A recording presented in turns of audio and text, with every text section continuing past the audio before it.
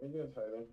Good, good. It's hot as hell in here. I have the AC off, and I have my fan Oh, on, so it probably takes more power anyways. But don't tell my mom that. yeah. Yo, weather's cooked in Michigan. Cooked.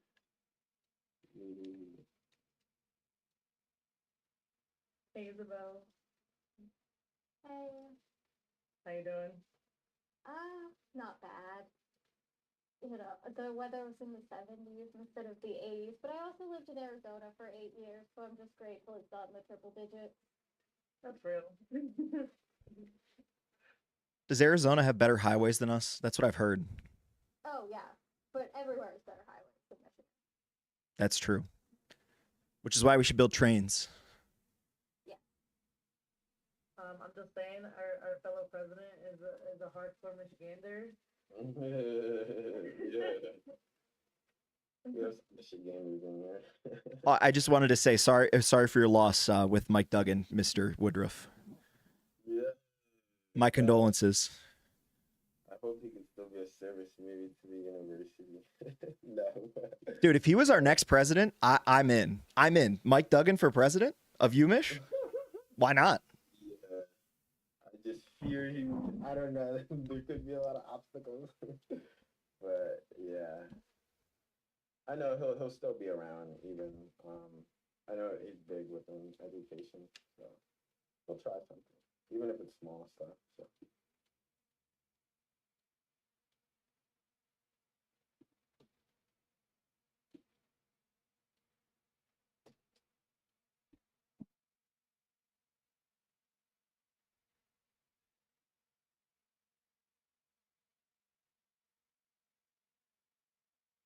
ooh, I feel like we have quorum. Question mark. I believe so, yeah. Yeah. Um. Okay, we're gonna run this a little bit differently as we get ready to transition and start everything. But hi everyone, I appreciate you all, especially during the summertime, for joining. It means a lot. It is 7:05. I am gonna call the meeting to order. With that being said, I will leave it up to you, Vice President Margie, how you want to do it. If you want to call the names or if you want to do a look in the Zoom chat and put the name present, I'll leave it up to you. Um, I mean, I was gonna call the names just so Okay, like sure. we can make sure that we like There know you go. the names and like how to say each Well, other's names. there you go. But like I obviously could see like who's here, who's not. Sure, you can say their names, and when they're here, they can say that they're present. So. Um, Opiyemi. I don't think so. Okay. Sarah. I'm here. Joseph. Here. Rupa. Here. Tyler. Here. Brianna. President. Rohan. Here. Did I say your name right? Yep. Perfect. Thank you. Hassan. Vaibhav. Here. Isabel. Here. Brooke. Here. Zimmery. Oh, Zimmery's excused. My bad. John. Emmett. Here. Did I also say your name Yeah. right? Aaron. Here. Hello. Condi.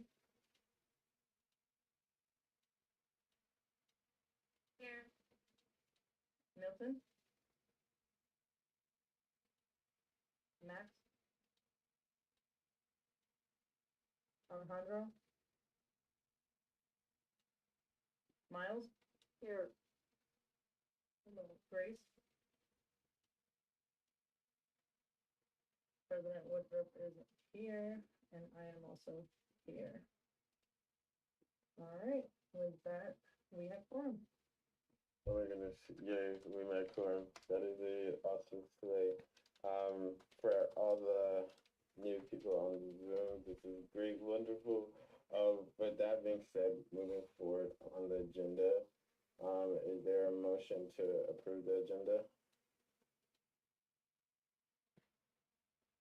Anyone can just say. I'll I make. make that motion. Awesome. Is there a second? Second. Awesome. Are there any objections to approving the agenda? Experiencing none, motion passes. I just had a question really quick. Are we missing any financial, what is it called? What is it called? Allocations. I just wanted to make sure we're not missing any of that. I believe so. Treasurer Becker included all the funding applications tonight. Gotcha. I just wanted to make sure we weren't missing anything from last semester. If that's all good, then we're good. Yeah, we're good. We might have to look back on some things, but if there are funding applications, my hope is just to send out a Google form for us to vote asynchronously, if something needs to happen. So. Awesome. We have a couple appointments tonight, really exciting. With being a new exec, that also brings in new members that need to come about. I'm really excited to start with the first appointment for secretary. This is really an awesome opportunity because I started RSG. I was a Division III representative, and then I moved to being secretary for RSG. Brianna, I think, has done an amazing job within not only RSG, but I was really happy that from our very first conversation that we had, that Brianna, that you stay committed, I think, to advocacy, but I asked you to get involved in, not only this, but then CSG, and I appreciate it. I think just your willingness to want to serve and to advocate for our broader community. I know that you'll do a great job as secretary, hopefully providing opportunities to interact with our graduate and professional students as well. It's always awesome meeting that you're a PhD student on poli-sci, so I appreciate you on that. With that being said, is there a motion to approve our nominee for secretary? Motion. Awesome. Is there a second? Also, are there any objections? I just have a quick point of parliamentary inquiry for the chair. Yeah. So we sort of had this issue back in LSA Student Gov. I'm wondering if we consider the executive board different from the assembly in terms of branches, or are they considered the same? Because we had a sort of a separation of powers issue with LSASG. I just want to make sure we don't run into that, or if that might be a future amendment that we should do. Yeah, it might be a future amendment. So kind of the way the structure kind of is it, for the longest time, how kind of RSG is kind of occupied, it's kind of merged kind of both executive and legislative as well. But I think there are amendments that could be made to the bylaws to kind of separate that, but it's kind of just been one big happy board. Sounds good. Yeah, I appreciate it, man. Are there any objections? Alrighty, hearing and seeing none, motion passes. Alrighty, moving forward to our next nominee, treasurer, Joseph Becker. Joseph has been really awesome. Joseph served as our treasurer for last year, and I think he did a really good job as a former, not only being involved in RSG as a division rep, but also I think it's really awesome too that with him coming from North Campus, I think that's really great that helping to advocate kind of for not only engineers, but broader PhD students as a whole. It's, I think, going to be really great that we have continuity within the treasurer position, just because as we prepare for the budget this summer, I think it's really integral that we have a treasurer who not only understands the finances, but I think is open to, working with the board and figuring out, how we can be creative. This year is going to be up and coming year. I need to be creative within the federal government and also the state as well. So I think continuing to figure out how we can, maintain some of the same things, but how can we move the agenda forward? And I think nominee Becca as well will be able to encompass all that. And I'm really excited and hopeful that he'll be able to continue. So with that being said, I will answer entertain a motion to approve nominee Becker for treasurer. Motion. Awesome. Is there a second? Thank you. Are there any objections to nominee Becker? Just a point of information. Nothing against any of these nominees. I just think in the future, we should establish deputy positions, because this sort of happened with LSA Student Gov, where we had a treasurer for 3 years in a row, and then basically we had nobody like waiting in the wings. So I think that's something I'm going to look to do for a future amendment. Just wanted to let people know. Yeah, for sure. Yeah, I think Katrina and I are hopeful to do a lot of amendments within the bylaws, so definitely we'll work with you on that. Yeah, are there any objections to the nominee? Hearing and seeing none, we'll move forward to our next nomination. Academic Affairs Officer. I'm really excited to nominate Tandy for this position. I think this is really awesome. Tandy's been in the organization, continued to stay strong, and I appreciate her, but not only with representing her division, but being on exec as well last year. That as well continues, I think, continuity within our organization of not only having another previous exec member as well that is returning, which I think is really awesome. But I get as well as too, Tandy brings hopefully a not only vision of how, when we talk about academic affairs, like what does that look like for our advocacy within graduate students and professional students as a whole. So typically, this committee has overseen and helped bridge the gap between and doing things like lunch with the deans and conversations with Dean Solomon and interacting with him and hopefully continuing to that as well. We can interact with Dean Solomon, Provost McCulley, and Academic Affairs department as well. But I have no doubt that within her experience and prior, passions for advocacy, that's going to align well with the Academic Affairs Committee and being a good steward for advocating for us as a whole. So I'm really excited. With that being said, I'll entertain a motion to approve the nominee for Academic Affairs. Is there a motion? Motion. Awesome. Is there a second? Second. Thank you, sir. Are there any objections? All right, hearing and seeing none, motion's passed. All right, moving forward to our next nominee, Rupa for External Affairs. Yeah, I'm really excited about this. When I met Rupa, it's really awesome to be able. I can see her passion of wanting to advocate for graduate students, but just continuing, I think, wanting to be involved where you could. It was awesome. I think that Rupa, you jumped in just helping out with Grad Gala. I think that was really awesome. Grad Gala can be a lot. So I really appreciate it. I think just trying to figure out where you could stay involved as well, but I think also appreciate it.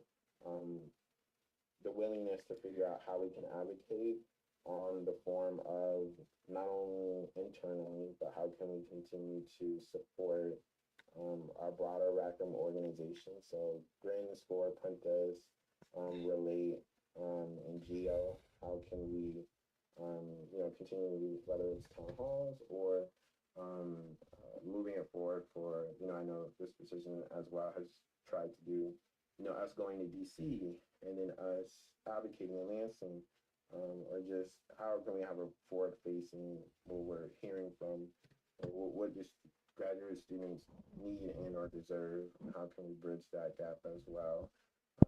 So I was immensely impressed, I think, with Rupa, just how committed and you're very much committed to the organization and wanting to try the best that you can. And I have no doubt that within External Affairs that you'll bring that same passion as well. That being said, I'll entertain a motion to approve Rupa as our next External Affairs Officer. Is there a motion? Motion. Awesome. Is there a second? Second. Thank you. Are there any objections? Alrighty, hearing and seeing none, motion passes. Alrighty, moving on to our next nominee, Babyyyyy for Professional Development Officer. Yes, I was really impressed, I think, with Babyyyyy in just your continual commitment within the organization. I feel like within RSG, you've been very consistent within just being involved, but then equally wanting to advocate and as well as just interested within student orgs and supporting student orgs on campus, which I'm immensely a supporter of. But then equally, I think just to hear about your passion that you have about how can we improve professional development on campus, I think it was very interesting because that is something that's needed on our campus. How can we continue to prepare and make sure that when Rackham students, whether you're master, PhD, that when you're leaving our community, that we have provided, or at least there's a sense of knowledge that there's networking that's being done. Our amazing Vice President Margie did an amazing professional development alumni networking event. And I think that that was just one part and one piece of what we can continue to program. And just bringing other Rackham alums and other to kind of hear about, well, what are they doing within their roles as well? And I think Vibe understands that that is a missing need within our Rackham community. And I have no doubt that with him prior being on the professional development committee, he will be able to be a really great professional development officer. That being said, I'll entertain a motion to approve the nominee. Is there a motion? Point of information. Can I ask a question to the nominee? If when we go through the motion second and then object, Oh, okay. then Gotcha. we can then do First that. meeting of the year. First No, meeting you're good. jitters. No, you're good. Is there a motion? I motion. Also, is there a second? I second. Already, any objections? I object. Already, objection has been noted. With that being said, I'll open up the floor for questions.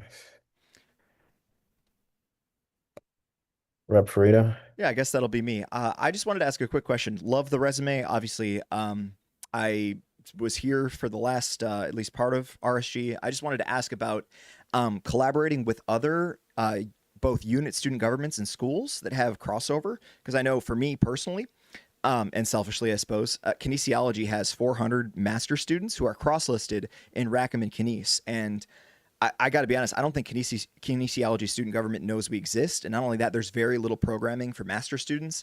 And I'm assuming we're not the only program feeling this way. So I'm wondering, in regards to professional development, do you think that that would be something you're open to, doing these sort of collaborative events with other unit student govs and programs that are cross-listed, not just with Rackham, but their other school of origin? Yeah, so thanks for the question, Tyler. And again, this is something that I've kind of talked about, like, as being a part of the professional development committee like last year, because we have a lot of student governments on campus who are doing great things. And one of my key goals last year has been like, sort of bringing them together and kind of let them know that, the track RSG exists and that we also have resources. And again, we don't need to reinvent the wheel. There are a lot of different resources that are available on campus. And it's just, sometimes it can be hard to kind of navigate that because we are a decentralized university. So kind of, being the point of contact and coordinating things, across different student governments is something that I've already done in the past. And again, if I know that there are resources on campus, I can always connect folks to it. And we've had a lot of discussions about this in the past too. And again, I'm open to feedback and like, listening in from other students what their needs are. But yeah, this is a key thing that like, I've essentially, because like, I mean, I'm entering my fifth year here at the University of Michigan in the Rackham Government Schools. Like, these are things that I hear every year. And now that I'm in the position, I kind of, want to actually make a difference if that helps. Absolutely. And I'd love to be a part of that. Thank you. Yeah, sure. Be sure to join the professional development committee, I guess, once I get elected. I'll be at all the committees. That is awesome. So, are there any other questions for the nominee? Alrighty, I will ask the question again. Does anyone object towards confirming our professional development officer? All right, I hate to hearing do this. some. Point of Oh, order. Technically, you have to make the motion again, so then we need a second you're, first. you're right. I'll entertain a motion. I motion. All right, is there a second? Second. Second. Are there any objections? All right, hearing and seeing none, motion carries. We are at our last nominee, happy face, nominating Daniel for the position of affordability. Yeah, so Daniel has been in this position, another exec member as well from last year. Um, Daniel, I think, so when I was secretary, Daniel was on the committee, or was on my communications committee.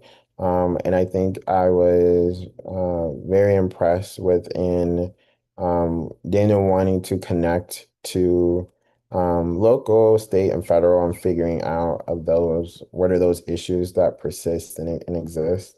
This is a position or really a role that is newly found. So I think there still is a lot of um, groundwork to figure out what does it look like for us advocating for affordability and accessibility.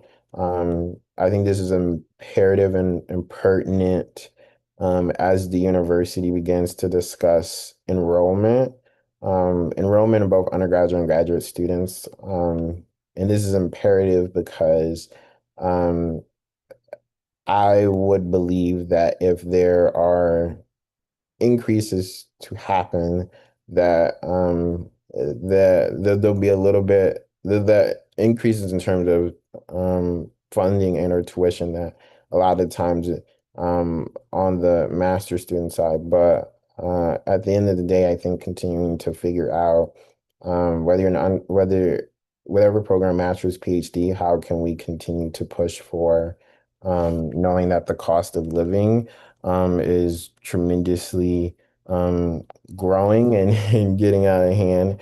So I know Daniel put on and tried to do a tax clinic as well.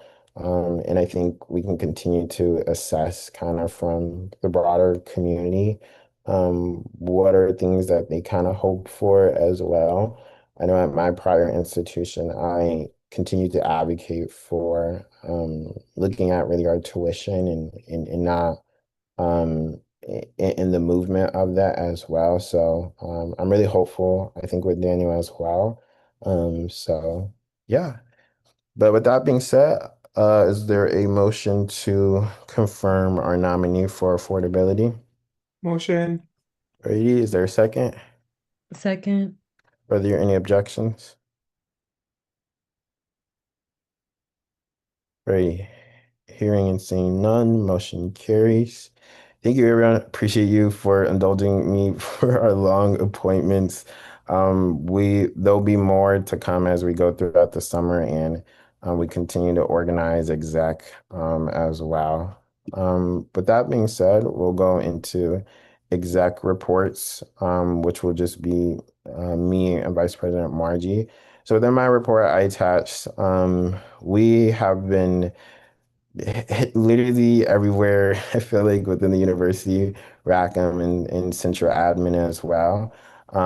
Within a lot of these past couple of weeks, we've met with Dean Jones, as well as our RSG advisor, Chief Health Officer, Dean Solomon, and we will hopefully soon be meeting with Provost McCulley.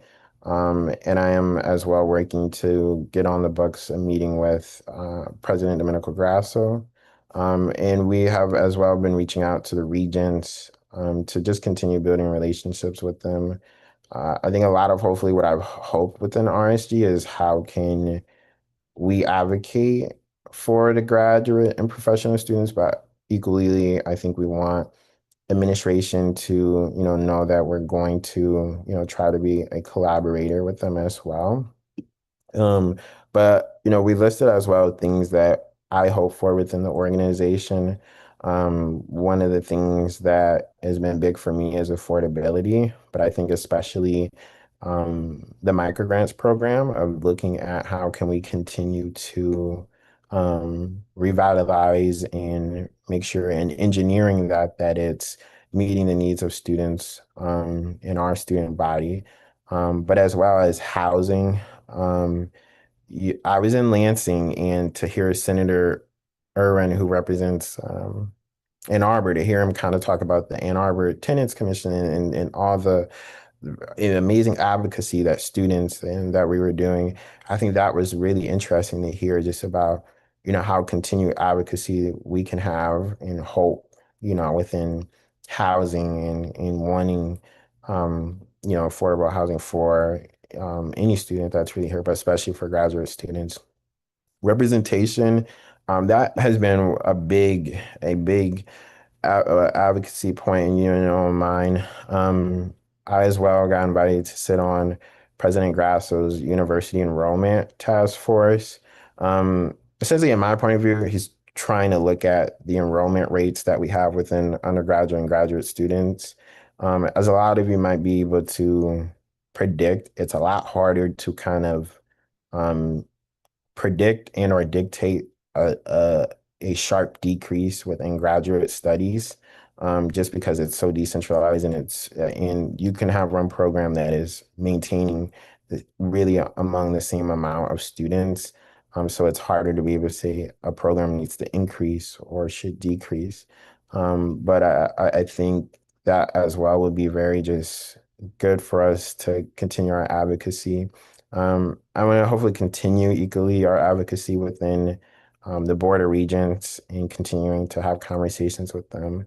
Um, Professional and academic, big on that. I think, like I talked about earlier, I really want that our advocacy, hopefully within Rackham and Dean Solomon, it shouldn't only be on us to program professional development things. Um, I'm not putting all on Rackham. It's a multitude of organizations of our university. But I think Vice President Margie's event that she did for professional development was a good advocacy as well. And then lastly, I think continuing to push for inclusion. I myself have a disability. It's been a close to home of how can I continue to advocate for not only students who fall under that, but also students who are caregivers. I'm a big advocate of not only if your caregivers are a little a little person, a little guy or a little girl, but also someone who's a caregiver of a parent. And I think a lot of times our graduate and professional community, that is the story. But in my long yap session, please let me know if at all you know anyone that wants to get involved with an RSG. If anyone on the board wants to get more involved within leadership as well, there is an opportunity. I've never been an obstacle. I've always been a way of how can we continue to uplift, our students as well. So please fill out the interest form, send me a text, an email if you're interested, or if you know anyone that's interested. So we can be able to appoint them. And just a reminder, in the summertime, the operations are a lot different. We our bylaws really only dictate that a meeting a month, if even that. But I'll try to hopefully the cadence that we can meet once a month, and then we'll go to biweekly come fall and winter/spring, which will be in Rackham. But that being said, I will end my yap session and open up the floor for any questions, comments, or concerns.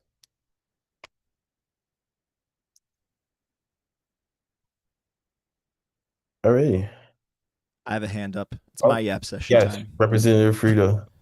No, I wanted to ask first and foremost, is the enrollment sort of concerns, whether it's a drop or large change, is that related to the budget cuts at the state level? Partly, yes. So President Grasso has, in my viewpoint, what President Grasso is trying to set forward is believing that our university is growing at a pace in which, He's not wrong. basically we're just growing too fast. Like we're accepting more students than really we have space for, which is also can cause another issue as well as possibly within the housing market and increasing that as well. So I think essentially what he's trying to say is how can we look at just how strategically we're growing. It's a little bit harder, I think, to implement that in graduate studies, like because there's been a little bit of back and forth of, are we providing a recommendation to President Grasso that we should increase? I mean, that is a understanding that, of course, but what is an increase also provides continual revenue for the university, which is another reason I think why I've kind of like it's been consistent within that. But I think President Grasso as well has just been trying to say of um, how are we strategically growing as well? Like within PhD and Rackham, less offers are already happening this cycle. So yeah. I have more questions, but Brooke had her hand up, so. Yeah. Oh, Thank you. He said that there's more, we don't have enough space. Do you mean space like physically there's not enough spots and not enough advisors, or do you mean space by there's not enough financially at the university? all of the above. Cool. Yeah, no, all of the above. I think that's an assessment too of, like this is I think a little bit more of a concern though for undergraduate students. So like LSA has been growing tremendously. And for them to be able to accommodate and faculty and the space as well, that has I think been challenging. And like I said, it's a lot different within graduate studies because we're very decentralized and depending upon the program. So it's harder to be able to mandate that a program is going to grow by 3% or 4 or a PhD program when that could be tremendously hard, to be able to attain, get more PhD students within that. And then funding as well for PhD students. So I think it's just looking at as a whole of, how are we growing? Are we growing at all? Yeah.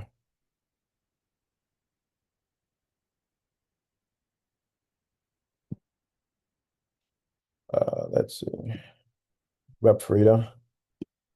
Obviously, like this is almost like a question to them rather than you, but I feel like it's something that we should at least keep our minds on. And I guess the question I have is always it seems like there's always an obsession, especially with undergrad, to like force everyone to stay on campus. Like, oh, meet new friends. 97% of people, first year undergraduate students stay on campus. And I'm just wondering if there was any conversations about like potentially not doing that, especially if people are in-state students and they have like a 15-minute drive from their house.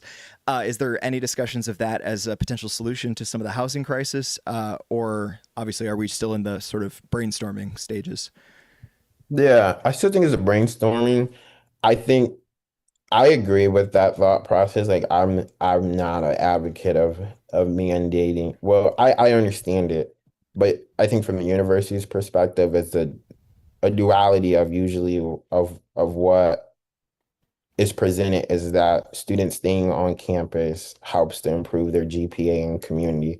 I mean, that may be true. It really might be. But I also think it helps with the continuity within um, financial support for the university as well.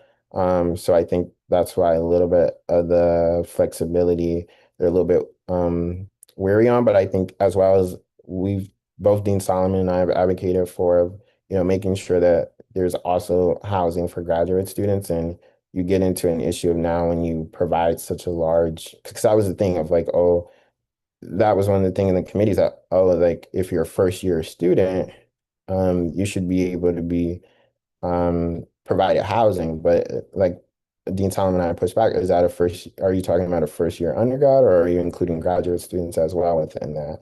And so I think housing is always an interesting thing, but I mean, I agree. I think that's a tough task within student life still, but yeah, no, I agree. But it's in the working stages.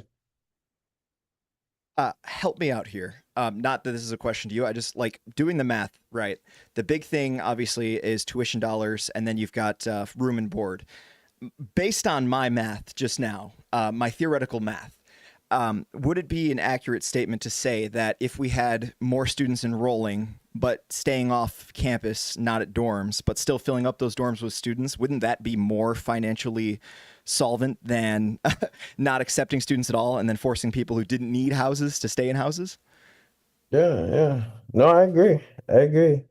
And I think that's one of the interesting things too of that I think about of with even in housing that we've tried to advocate for it, both former President Paviro and I. But I think what the university is trying to balance in a little bit and foresee is I foresee at least recommendations will be made. Maybe the president grasps that an increase in population should happen.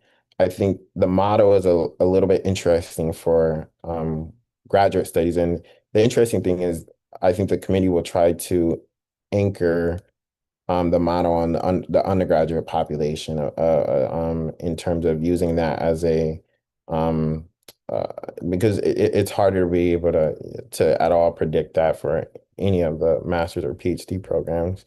But if you look at that, so I agree. I think that that's something too that I even think about of could be interesting for me to bring in someone from housing or at least to kind of have that conversation with us all or to come into a board meeting for us to I think advocate for that. So I agree. I just wanted to leave off with this. I thought of a banger idea. Why don't we just put a survey out in terms of both in-state versus out-of-state respondents in terms of the fall elections, and then after that, for the in-state people, they answer the question of whether or not them being in state is within a reasonable driving distance based on their preference, and we could do sort of some theoretical math in regards to housing potentially, how that could impact the price. It sounds complicated, but econ wise, it's really not. It's really just about cost of living and cost not included if you have like a job or work study. So I'll just put a pin in that. And I think that'll be something that I introduce in both CSG and this for the fall ballots, I think.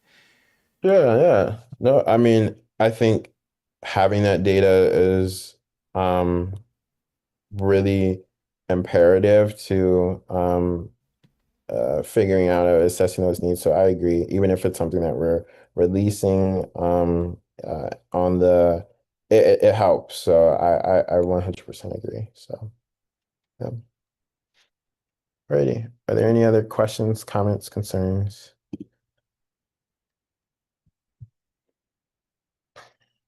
All right.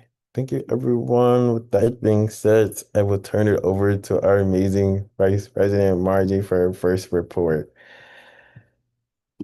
Thank you. Hello, everybody. First of all, I just want to say thank you all for being here tonight and congratulations again to everybody who was elected or appointed. Very excited to work with you all this year and just to continue building our RSG community together. Honestly, just to run through my report, this first month has really been just about transition, about onboarding, just building those connections. We did, assume office on May 1st, so I've just had a lot the opportunities to attend a lot of these meetings alongside President Woodruff with these different administrators, deans, regents, all this stuff. It's been just really exciting getting to start building those relationships, and I'm looking forward to continuing that work throughout the summer and the academic year. A major focus for me right now as vice president so far has been just onboarding and making sure everybody feels informed and included and connected as we transition into this new administration. We recently had our orientation meeting 2 weeks ago. So thank you to everybody who came and participated in that. It was really great, getting to meet many of you, putting faces to names and stuff.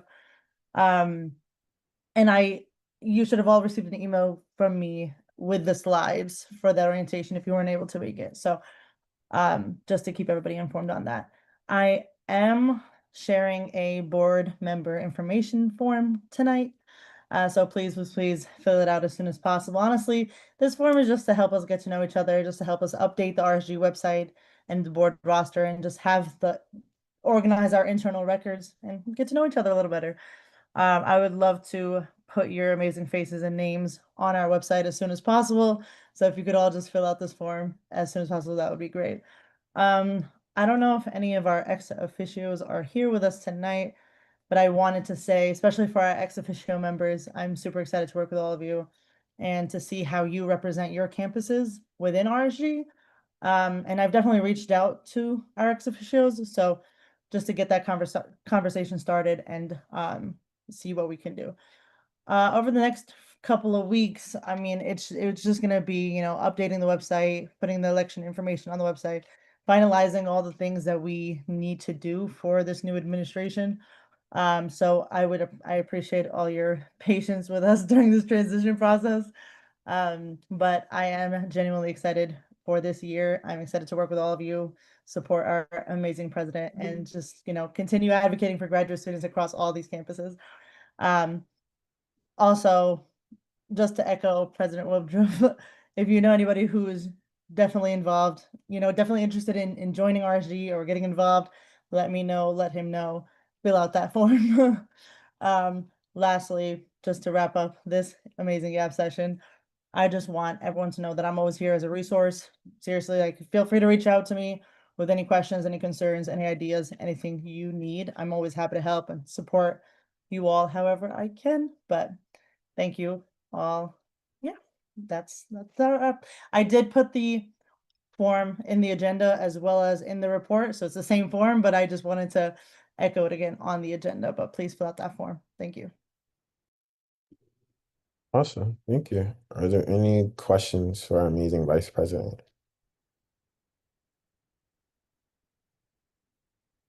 Also, I'll just say, great, you've been doing a great job, Vice President Margie. I don't know if you know, but like another great reason why we have increased our communication in social media has been Vice President. I don't know if you all have seen, there's more Instagram posts, fire. We were just on an Insta story, fire.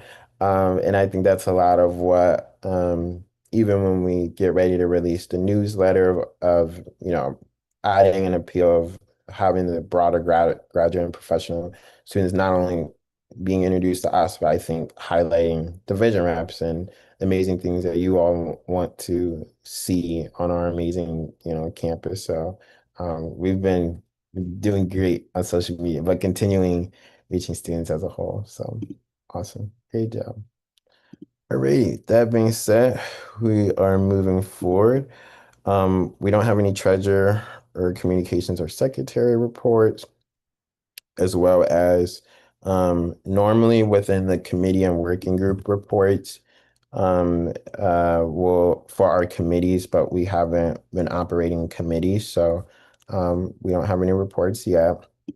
The external appointment reports, normally I'll do this as well, but if there are appointments in which you all are made to university other boards. So a lot of times the university will ask for graduate students, and we as RSG internally, if I'll let you all know, this is an open position to be able to represent graduate students. If when I let you all know and you tell me, oh, Devin, this is something I'm interested in, I can, forward your name and have you appointed to that. And then within those external reports, you would just write just a quick summary of like, this is what we talked about during our committee or working group, whatever it may be. But yeah, that being said, we are now in open comment. I will say this is not for our members. I believe we only have one active student. Actually, on the call, prospective member. But immediately before the final vote of any business, does any non-RSG member wish to speak on anything? You'll have 90 seconds and a maximum of 20 speakers. So does any non-member wish to speak during open comment?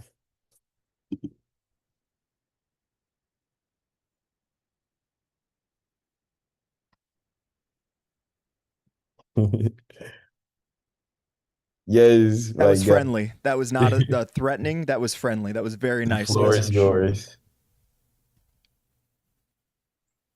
Hey everyone, my name is Satyam. He, him pronouns. I'm in my third year in the EC program, the PhD program.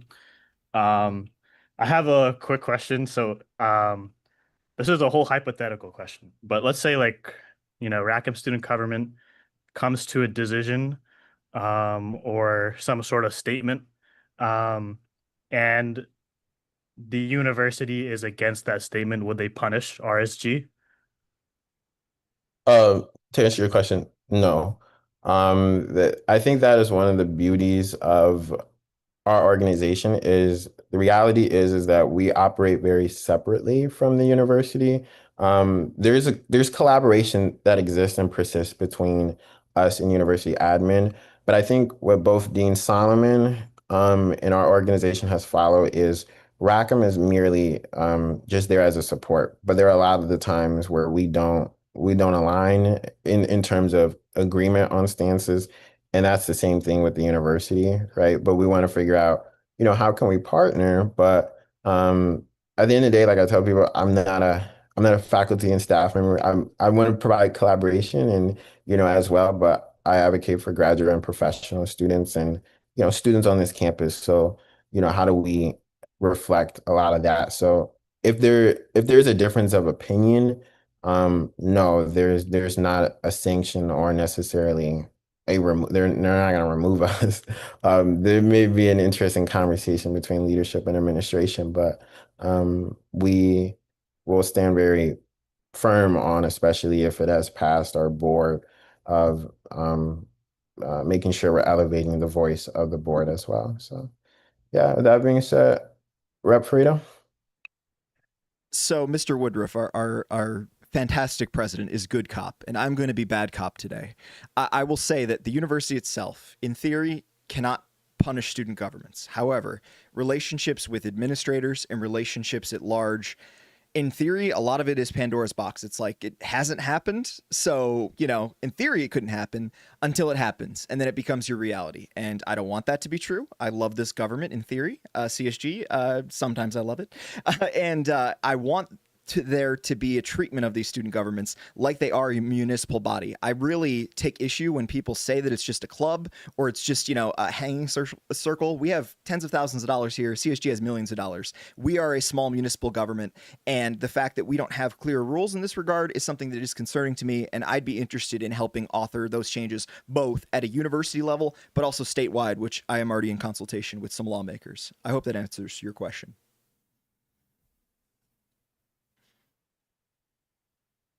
Yeah, that's awesome. Has to be the first time in a long time we've had a prospective student. I hope I don't scare him off. Please come No, back. no, it's awesome. I think it's, that we have constituents, and as I try to, and Vice President Margie, we try to get more people involved. I think that just helps RSG. Yeah, are there any other questions, comments for open comment?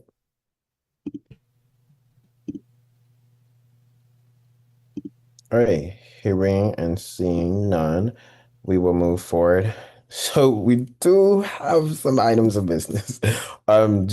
Before I go into everything and kind of explaining, this normally items of business exist, resolutions, and then funding requests that we have. So one of RSG's functions is being able to provide funding to student orgs. One of the great functions within the RSG board is usually during the funding request process, we will review what the student organization has submitted. And our amazing treasurer has put together a folder with the submission that the student org sent in. So we as a board would review those applications. And then from that point, we'll just discuss it, and then we'll discuss what is the funding amount that we want to fund the organization. We can either fund it at an amount, not fund it at all, or delay the vote. So I think that's a great thing of how we get to be able to help other student orgs on campus. Now, with the two resolutions for all the new people, the constitutional amendment, that is simply just a must within making sure that we aligned with campus involvement, that we continue are able to operate as a SSO.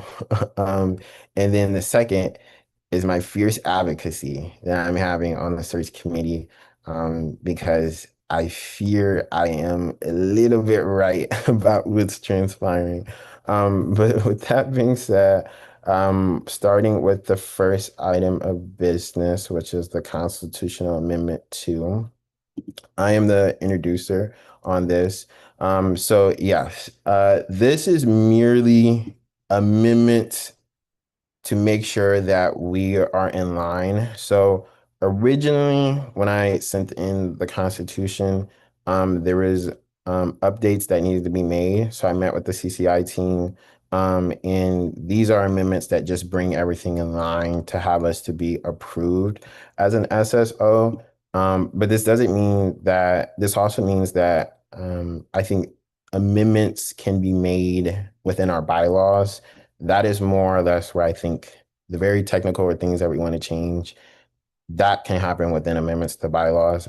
That does not need to happen at all within this constitutional amendment.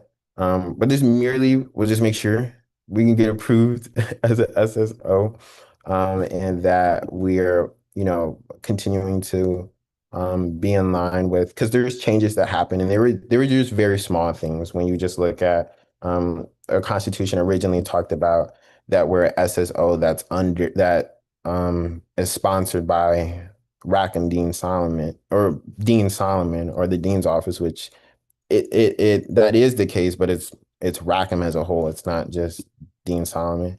And then just as well as making sure to correctly kind of depict of what our right now scenario is how we have officers in the legislative branch, but I think those minute amendments can be made hopefully within the bylaws. But with that being said, Des, are there any questions, amendments?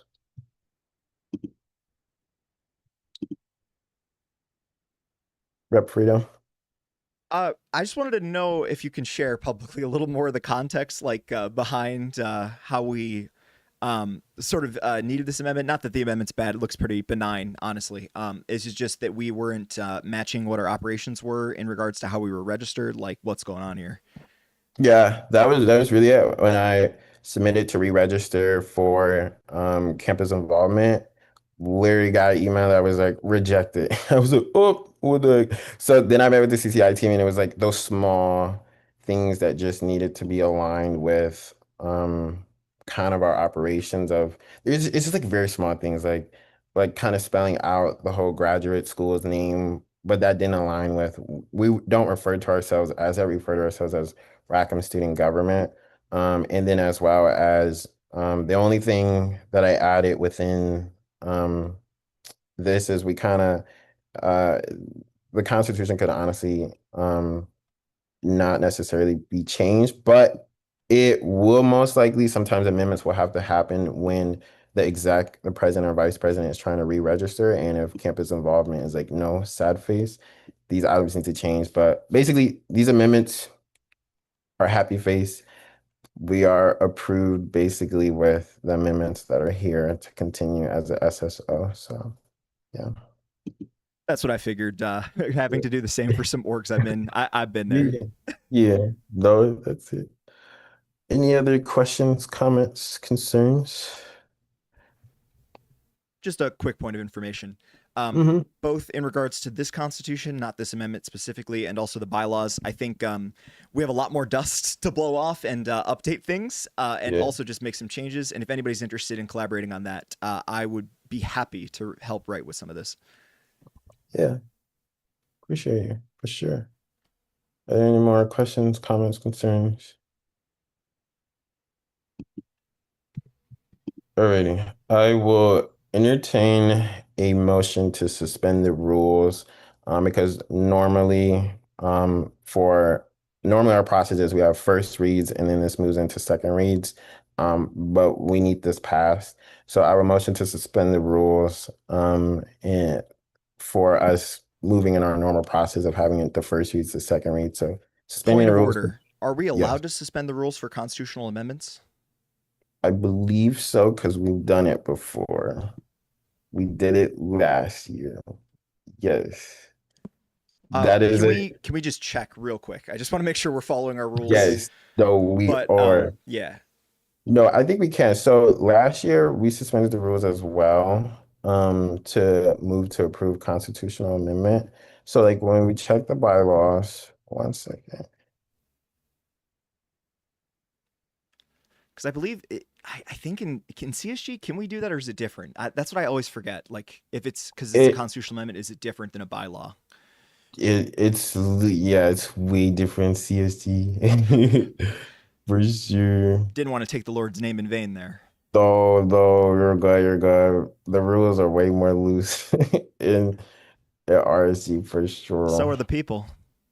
Yo, no. So yeah, so I don't know if specifically our bylaws indicate to talk anything about the amending the constitutional amendment, but I know so last year we did this May um the 29th, and looking at the minutes, we did motion to suspend the rules to vote on passing the bill fully, um, which would mean moving it from first reads to second reads to fully moving to a full vote, which I think that's something to talk about within our bylaws of like how do we maneuver a process of a constitutional amendment of if we're able to move it there. But yeah, the rules are, I promise you, the bylaws do not highlight that. So I I'll just say will, then I'll withdraw my point of order since if it's not yeah, explicitly stated, I think yeah, it's more up to the discretion of the chair. And if that's how we ruled things, I think that would be acceptable. yeah, no worries. You're good. Yeah, so I'll entertain a motion to suspend the rules on voting on passing the full bill. Is there a motion? I'll second your motion if you can make it. Oh yeah, I'll make the motion. Is there a sec? Oh, Tyler seconds it. With that being said, we'll move to a full vote on BR 2026-01 constitutional amendment. Is there a motion to pass the bill fully? I will motion to pass the bill fully by unanimous consent. Okay, motion has been made. Are there any objections?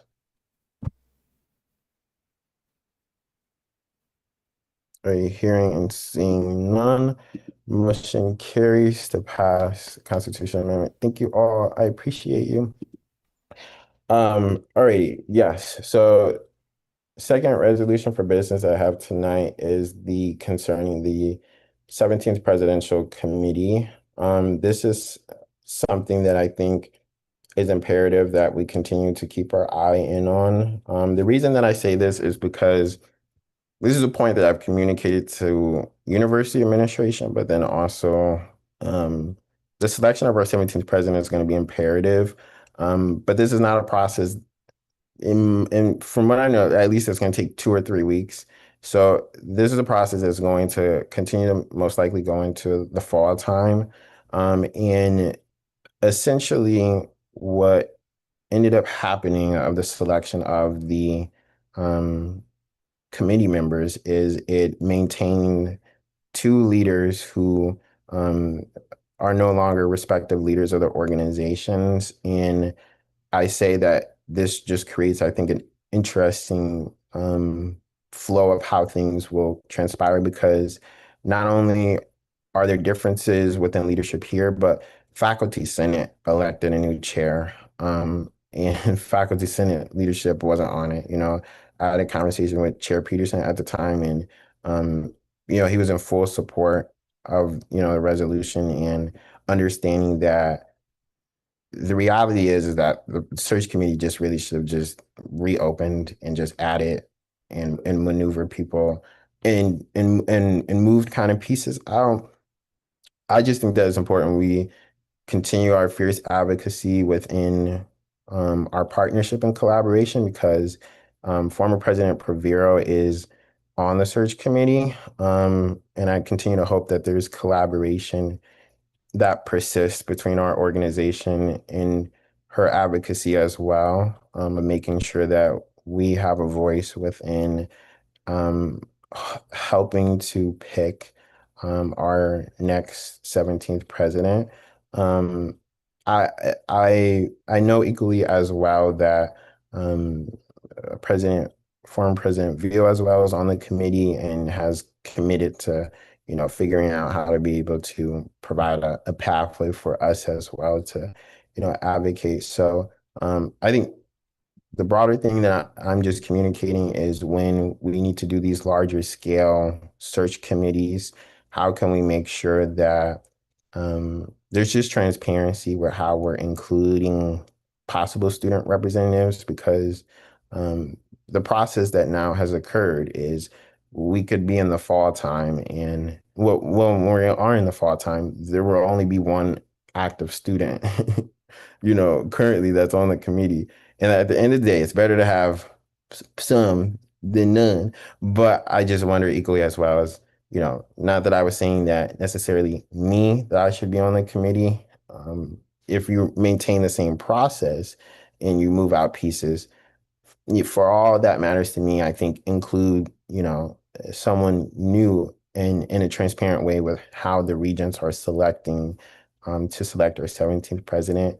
And I know this is even more pertinent because, when I was at my prior institution at Michigan State, a lot of us and student leaders were coalescing behind Provost Woodruff, but that's because she understood and she was there at the university, and that was student advocacy, and that's us, advocating for university administration. But I think if we would continue to persist to have student leaders there, I wonder at that institution how the continuity would have been different because you can't predict the future, but most likely would have had a leader who the longevity that's there as a whole. So once again, it's just collaboration with former President Praviro as well and the regents. How can we help out with the listening sessions? And hopefully making sure that we pick happy face 17th president. President Grass has done a great job so far. With that being said, I will be done with my YAP session. Are there any questions, comments, concerns? Representative Frito. Yeah, I guess I have a funny backstory in that I was here when Mark Schlissel was here, and then I was also here when it was Mary Sue Coleman, and then I was here when it was Santa Ono, and now I'm here when it's Domenico Grasso, and then was supposed to be Kent. And I suppose I hope that we would not have to use a new procedure, but my proposal would be that in the future, what we should do is codify it that our nominee, not that we can control what the board does, but our nominee for the board would by default be the president. And then if there was an election, I think we should elect that position school-wide. I feel like if you're looking to represent the students, what's a better way to do it than holding an immediate referendum? Like I said, I think this is obviously way short notice, and they're already in the process of this. So this is like future president selection. God forbid we need to select another one. But I feel like that's something I'm going to be authoring. I just wanted to inform the cohort here. Yeah. No, 100%. I see what you're saying. I think that's a little bit of what I've been trying to advocate for is that if the reason in which someone is selected of a position on this is on the position of the position that they hold, there then becomes a then possible issue of, well, what happens if then they move into a period in which they no longer hold that position? And that's where you get into, I think, an interesting point. And I think the reality that I've been trying to communicate and advocate to the regents is this would have been a point of collaboration, because when you think about if you're opening up the committee, you then you could have added possibly 2 new students, and you could have also added faculty leadership. You could have moved a little bit more pieces within that. So I agree within, that's all I was communicating, because as an organization, to regents, are you effectively saying that our representation on that committee is former President Praviro? And then in CSU's case, are you saying that representation is former President Veal, which, much love to them both. But they're no longer in their respective positions. Now, maybe both organizations endorse both of them, which is entirely different. But if no formal conversation and vote has taken place, so I agree. Yes, Brooke, I see your hand. I actually think I was second. I think Oh, I'll wait. yes. Okay.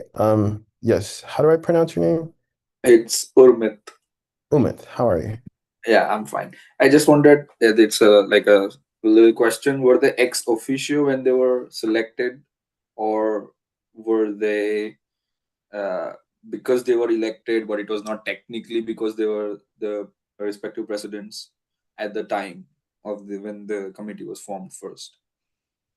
Yeah, from my point, I believe that both of them were selected because of the position that they held within former President Paviro represented RSG, President Veal represented Central Student Government. So I think that at that time, both of them were in a prime position to be selected for when the 16th President Committee commenced. But without President-elect Severu was never, I guess, formally inaugurated, but he was never formally introduced into our community. So I think the regent's point of view is more or less that they wanted to maintain the same system, but I guess the thing that I pushed back in on is you're not going to interview and have a qualified candidate in 2 3 months. Like it's this is it like I don't know where you're gonna like where that's gonna happen, and it's gonna be a longer process that's gonna persist. So it's just yeah. Yeah, thank you. Mhm. Brooke. Yeah, thank you. So I am new here, as is a few other people, and I think I'm getting a little bit confused by the language as well as just trying to read the documents. Um, we did a good introduction session, but I would like to hear more explicitly what is actually being done about this issue. At this point, I'm thinking not really anything other than is the student going to continue or do we have to select a new one? I just got a little confused. I would like Yeah. clarification. No, you're good. So Thank you. the student has been selected. This is a process that the regents made their selection May 4th, that they were selecting Angelica Praviro and Eric Vio to serve on the search committee. This isn't a decision that we have to make because the regents have made a decision already for us, but they've made a decision on the two students to be on the committee. More or less, what I'm advocating for, and I want this resolution to advocate for, is a couple of things. Is I think in the future of just thinking about what is the process that occurs for selecting the students, but it's not only students that's a little bit of the issue. Faculty leadership as well was left out. So I think it's looking at, well, how do you go about selecting those two students? Is it on the basis because of the position that they hold, or is it an open application process?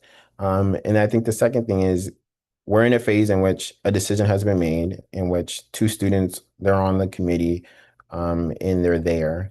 And so the next thing that I just want to continue to advocate for is that we have some form of involvement. I've had this conversation with Dean Jones about how can we make sure that in RSG and the board that we have some form of, if there is a chance for us to host a listening session or for us to attend when the candidates or when someone's coming in to interview, if we are able to, bring in, graduate student voices to be able to listen into the presidential committee or to answer them direct questions. So that's to say, this is merely a resolution that I hope that hopefully the Board of Regents are at a level in which that we can just advocate that continual thought process can happen for if they ever need to do a search committee again, how can they just be transparent with these are the students that are on the committee and this is how we selected them. Same thing with faculty as well. So that in the short way to say a decision has been made. There's no decision for us to make. The regent selected two students. I'm more or less just saying in the future and how can we as well advocate as an organization, because we didn't necessarily endorse or have a say in the one student that was on the committee. So Yeah, that sounds reasonable. Thank you. yeah, Rep Freedom. Oh goodness, I am trying to remember my question. It was a good one. Oh goodness gracious. Oh yes, I remembered. So I wanted to ask, did you have already speak with the regents and whatnot about this? And is their perspective the fact that they already had a list of finalists in the previous search? And is that why they're going forward with this sort of enumerated process? Yeah, so I've briefly kind of had a little bit of conversations. So I know that that is the thought process is that they had a final, well, it's both, like I said, indicated that one President-elect Saru was never inaugurated. So the search committee, quote unquote, never really, it I guess doesn't end until a president is formally introduced into the university. And then the second thing was because that they are trying to depict that maybe that there is other candidates or that they're gonna kind of there might have been other finalists. But the thing that I'm advocating for is I'm like I just really don't. I'm not saying that that's not the case, but I'm saying that this is a much longer process than just a couple weeks. You if you ask any admin, they'll tell you like there's no way that this is gonna happen in this just in a couple weeks or that really by the summertime. So that's all I'm really advocating for. So I guess two other questions that I don't know if you have the answer to. Is probably more for the regents, but one is Alec Gallimore, the provost, I think the vice provost of Duke. Was he mentioned as one of the finalists to you at all? yeah, I have no idea if he was. Okay. I spoke with one of the regents back in, this is like a year ago, back when the original search committee kicked off, and they said he was on the short list, but obviously he just got to Duke right after leaving Michigan, like 20 years working here as engineering, whatever it is, dean. And I guess the second question that I have in regards to that is if there is any sort of discussion or timetable in regards to Grasso at least staying on for the full academic year so that we're not switching midstream, or is that not brought up to you yet? Not yet. I know the thought process is that President Grasser really does intend to retire. So I don't think that this is not a this is not a extending him for another 2 more years. Like this is really just fulfilling his time until one is selected. I know, of course, they formally positioned or gave President Grasso the title of the 16th president because he's been in the role for a minute. He's been doing a good job. And there are, I guess, a little bit differences of what he's able to do as an interim president as opposed to the actual permanent president of the university. And so I think a lot of this is dependent upon how fast the search committee moves. Now, many might say the extension with President Grasso is merely just a respecting of because he's done a good job and should be given the role of the 16th president. But you can also say that it's because he may have to be here at least until a little bit of the fall time and transitioning. But he always intended to and will be retiring. So. Yeah, I think that equally it can be a question that, I'll try to get President Grasso as well to come to our board meeting. So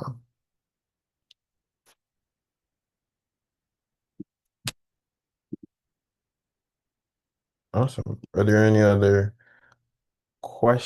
comments, concerns?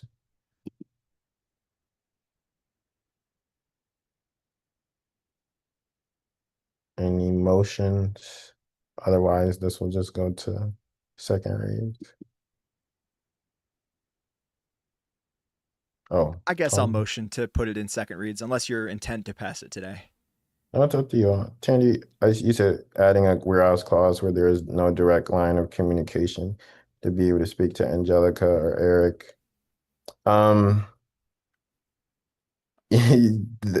So that's an interesting one. I do understand. So President Ville has been very supportive of not only I know my resolution that I had in CSG, but President Praviro and I are there. The communication isn't all the way there, which is why I want to make sure that there's advocacy of just continuity between, graduate students as a whole. So that's what I said. Much love to both of them. I know that hopefully they'll do a wonderful job. But just how we can make sure there's this collaboration, because it is the hope and expectation that both of the student reps are doing listening sessions within students. So yeah. Okay. Yeah, I guess more so I was like curious about that because they're like when people go or when people go to maybe look on the website or, want to reach out about kind of like the process once somebody's elected, let's say they are able to do it kind of like in this quick turnaround, like when they reach out, we won't necessarily be able to kind of like um, feel out those questions or sift through those questions, I think, in a way that we understand kind of like what they were thinking as they were making the decision, kind of like what those conversations were about, and kind of like what student voices were they like picking from. Is it more so like these are the people that like are your friends and that represents the student voice that you're advocating for, or is it like a broader understanding of kind of like maybe um, what's going on in external affairs and what's going on with academic affairs and kind of like the professional development, all of these other things that um, culminate to really represent the student voice. So I think that's why I was more so thinking about a line of communication because they're not necessarily maybe getting those emails that students might be sending to the president or the VP or the Rackham student government as a whole. Because I know like a few years ago we were getting those type of like emails. So that's just kind of what I was thinking about in terms of like communication. Yeah, yeah. Oh, no, I 1000% agree on that effort of, when students are reaching out to either or organizations, or a lot of times like, that happened recently where someone just, reached out to me, talking something about affordability, but they send it to the email address. Same thing that will persist within CSU leadership. So that flow of communication. So yeah, I agree. If we keep it in second reads, we can add it as well for our next meeting. But it's up to you all. So Happy to hear what anyone else thinks about that. Like if that's just like being in too in the weeds, or I don't know. That's why I was like curious about it. Yeah, I guess my only worry is the fact that we don't have as many summer meetings. So when would our next meeting be if we send it for second reads? I'm not gonna lie, it might be late in June, like the 18th or the 25th. Probably is a good idea to get this tonight then. Unfortunately, what do you guys? Are there any amendments proposed? I suppose. Not to take over doing your job, Mr. Chair. No, no, no. The rules are, I'm telling you, they are a lot loose at RSG. I mean, I'm wearing a tank top. The rules are definitely looser. No, no, what I mean. It's like it's not as strict. I see some. Thank you, Aaron, for those amendments. Um, but are there any amendments? I know Tandy as well. You had maybe the whereas clause. I think that's fine if you have the wording for the direct line of communication that doesn't isn't going to be there for RSU president, CSU president. I guess point of order: do we have endorsers listed beneath authors? Because I feel like it'd be good if we were all in solidarity on this. Yeah, yeah, thing? yeah. You can have your name. Yeah. Okay, cool. I'll put. You just put. You literally can put your name under. Like, yeah. I don't want to take credit if I didn't write it though. I feel bad. It's a team effort. I'll be on the bench, I guess. Though you're good.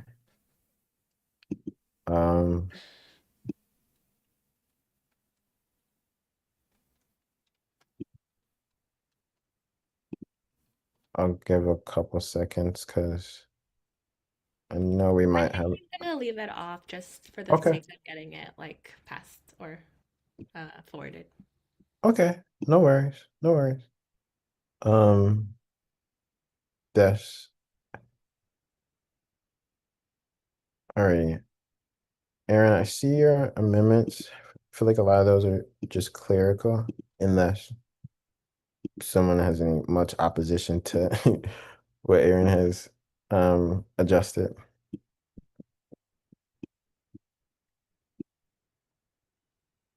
Alrighty. With that being said, then I guess seems like we are all in agreement. If is there a motion to suspend the rules to vote on passing this fully?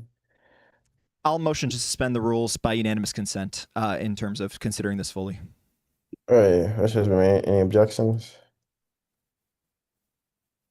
I kind of object. Okay. Objection has been noted. How That, about for just a point of information or a question? yeah. Um, I think because this is about student voices, it might be nice to kind of like have like the endorser thing. I really liked that idea that Tyler had. Mm-hmm. Like the representatives because like we're all like different divisions. And I think Mm-hmm. we're talking about like this isn't I know that like we're like the president, madam president, I mean madam vice president, president, like I understand. No, you're good. But I like will I say really this. did I like will that withdraw idea. my motion so that people can add their names before we Okay. consider this. Okay. Yeah. No, I agree. So under Arthur, like, because I'm trying to, like, I'm more than fine if everyone, like, if you literally just want to put your name under the line, but you could as well create another line that says endorsers as well. And then everyone that wants to endorse, you can, like I said, fully, a lot of this is just about, I just want to make sure that there's continuity with graduate voices and that we have that advocacy that's there and that I just think that it's really important that I want to make sure that our next president is interacting with the grad and professional community. I hope during my time when I leave that we can set up a cadence in which the university president, hopefully at least one time, but can come and visit the board and have an open, honest conversation. But that cadence that is only kind of built if we, in some form or fashion, there's either involvement or we, are able to advocate, that we want someone who's university leadership that is going to interact with um, students and, President Grasso has done a great job. I think before his time comes in to an end, we will be able to get him to come in person and interact. But I, hope that with our next 17th president, that we can get that as well, because it happens with Dean Solomon, but Dean Solomon's our dean, basically our faculty advisor. So yeah, I would say if you endorse it, if you like the idea, if you support it, if you just want grads to be in a place and space in a process, just add your name. But Point yeah, of are there any order, more? just real Yes. quick. People, even after we pass this, technically you're still allowed to add your name as an endorser. So that way we can pass this, and then anybody who maybe wasn't here or, grabbing a drink of water, they can still add their names. Yeah, we'll be good. For sure. Alrighty, are there any other questions, comments, concerns?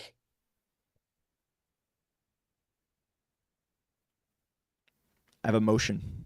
Okay. Motion to suspend the rules to consider this for passage by unanimous consent. Any motion has been made. Are there any objections?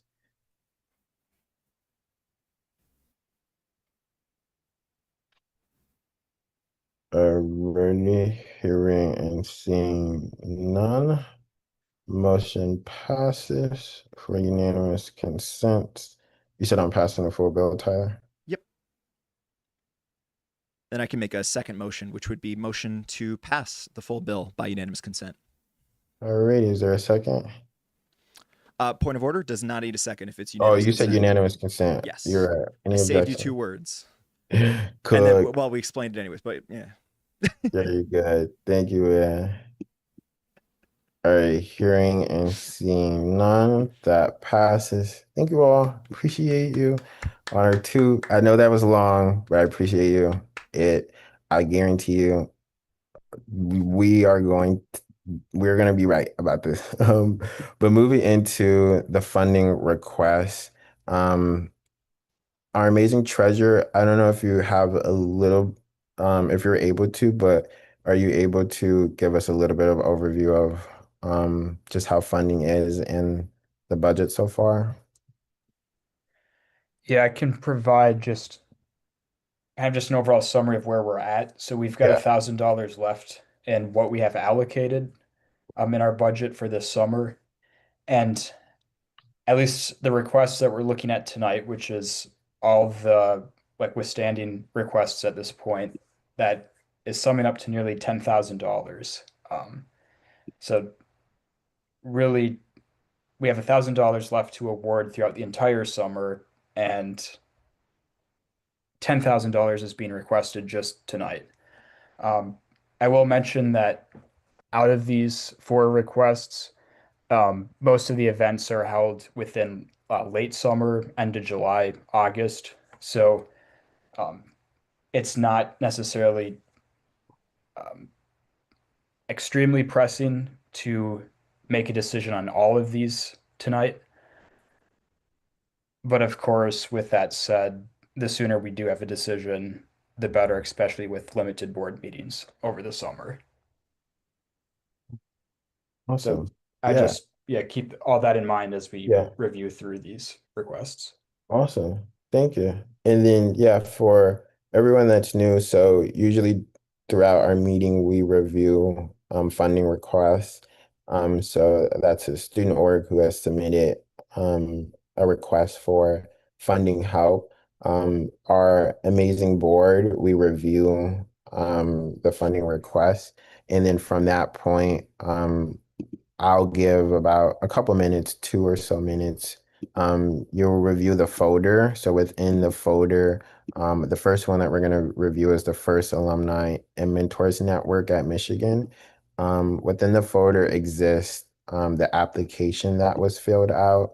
You'll read it and see what they've sent in for.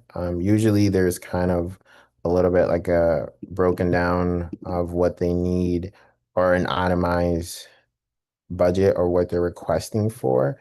So as a board, we'll read through it. I'll open up for questions so we can talk about it. And then I'll ask for a formal motion to be made for a request in funding. So then the amount, if we're not going to fund them at all, or if we're going to delay and ask for more information. So that being said, the First Alumni and Mentors Networking at Michigan, if you click on that folder, our amazing treasurer has linked the funding application.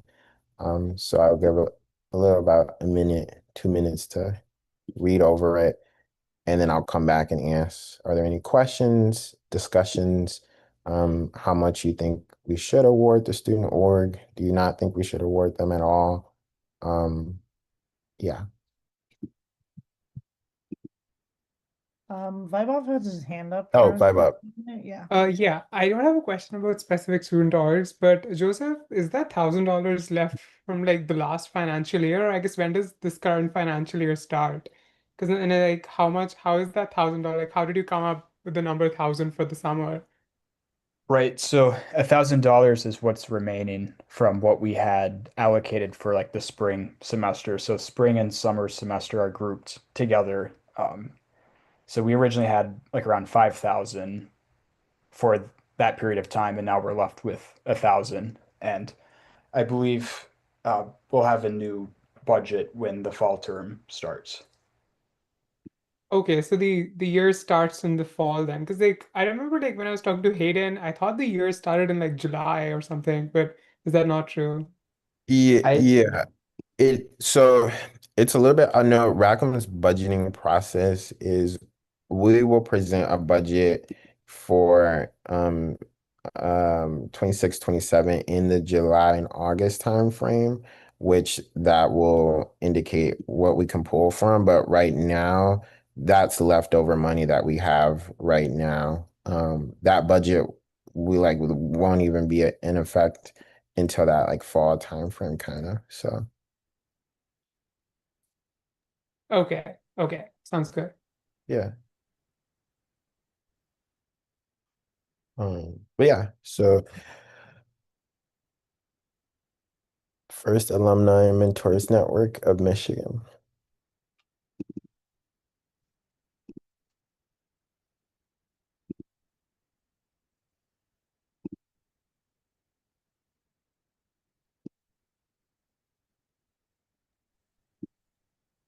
Mr. President, you have a hand. Oh, thank you, Brooke. Yeah, sorry, I didn't want to interrupt. Oh, you're good. I'm wondering, like, what would we do with the extra $1,000 if we don't use it here today? Are there other things that are coming up, or is it solely we need to spend this $1,000 right on these things right here, or what's the rest of the summer going to look like? Yeah, we don't necessarily need to, so the money could be moved around. It's a little bit difficult because we usually have tried to utilize all the funding that's been requested for student orgs. Within summer, typically there hasn't been um much programming. I know Vice President Margie and I would love to do programming. Look, okay, so like I'm trying to do a big bubble tea event, like and it's a big collab, like it's a big idea. I'm gonna get it done. But nevertheless, that's to say,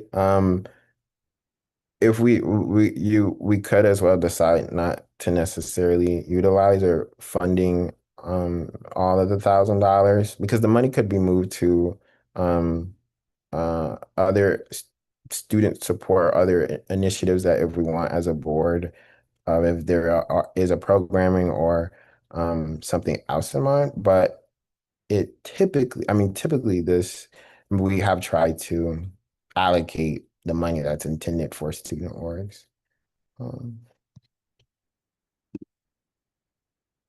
Yes, no, literally, because this is a side note, everyone. I was literally thinking like Dean Solomon.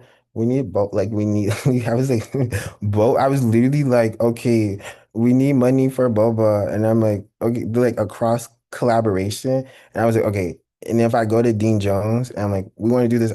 Well, Dean Jones doesn't oversee the diag, but I'm like the diag. So we like, okay, we're on the diag, and then we have this like. I was like, but no, on Rackham, like the front lawn of Rackham, actually, and then a big inflatable. But I was like, okay, it was gonna be a lot, but I'm like, never mind. That was a tangent. I just very much enjoy of finding ways to connect with our community. But with that being said, are there any thoughts, questions about the First Alumni and Mentors Network at Michigan? Um, any thoughts about the funding application that was submitted? Um, I don't think we should fund them. oh, period. They're robotics, so they get a lot of money, and the grad students that are attending are volunteering, so they're not really attending, they're volunteering. Uh-huh. Yeah. Okay. I agree. So is the consensus a motion to oh, Brooke? Yeah, well, I also just want to bring up that of the 4 people who have requested money, this organization is the only one that actually falls within our actual budget that they've requested, right? We can fund 500, but we can't fund the others. I don't know if we can do partial funding though. Mm-hmm. We can. Okay. Well, Yeah. yeah. Yeah.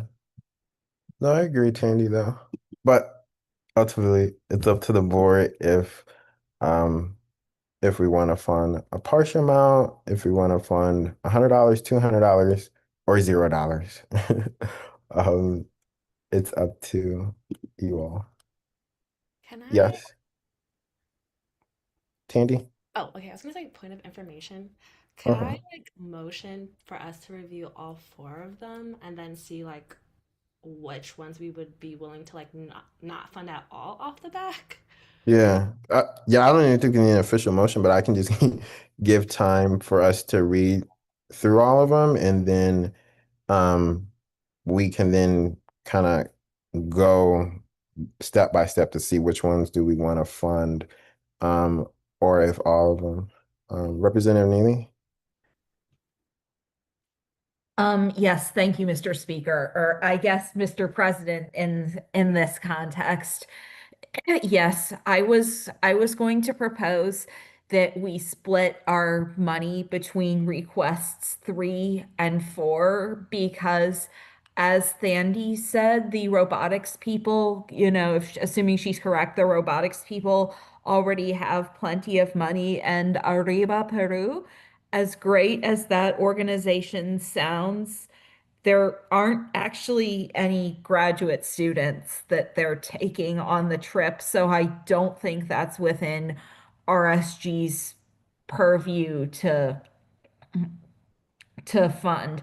So if we're not fulfilling the robotics request, I feel like we should just split it between the third and the fourth request. Yeah, yeah.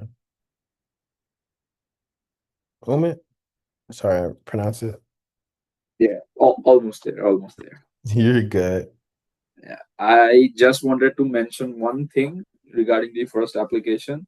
Well, I agree with the robotics thing, and plus that the grad students are primarily in a volunteering capacity, but I feel it's one of the only activities that is actively engaging children. This is a little And embarrassing. I just realized I can straight up just say words and not text because I'm live. So, yeah, basically it's just like a couple of orgs that are requesting funding. And the big thing is, are they actually Rackham students or not? It's mostly boring and mundane stuff, but it's important. The big thing that I'm trying to do is get Mike Duggan, the guy who just dropped out from governor, to be our next president. I think that would be sick. He does like neoliberal jujitsu. Like he convinces orgs and companies to like give money to things. But like he doesn't have to like sell his soul, which is interesting. He does like jujitsu. He gets them to invest, especially in Detroit. He wouldn't be perfect, but I think he would do so much better than our previous couple of presidents. So I talked to his youth campaign manager, and apparently she's going to bring it up to him next week, which would be really cool. Former mayor of Detroit. Funding requests for the next meeting or the meeting in July. That's just another aspect to keep in mind in our decision making. Yeah. Yeah, so I'll give time to read the other applications. Yeah, I think it's as well to note for next for our budget that will exec will be proposing this come July and August.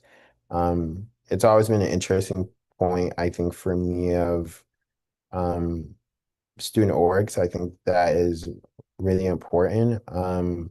But we a lot of times we're running out very fast. It's like with anything within student org. So I think that's something I'm very interested in, and knowing that we've been maintaining and doing a great job within micro grants. But is there possible maneuvers that we can kind of make of elevating student orgs and funding student orgs and just making sure that there's a balance between that as a whole?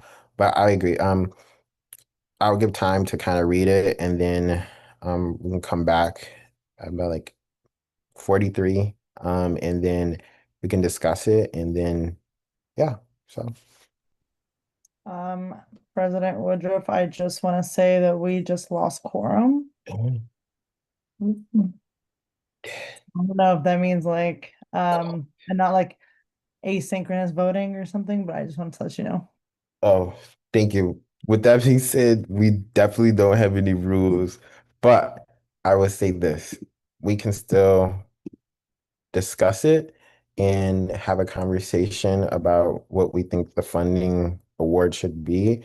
And then we'll just send out a Google form, and I'll just ask for everyone to vote on that. And yeah, so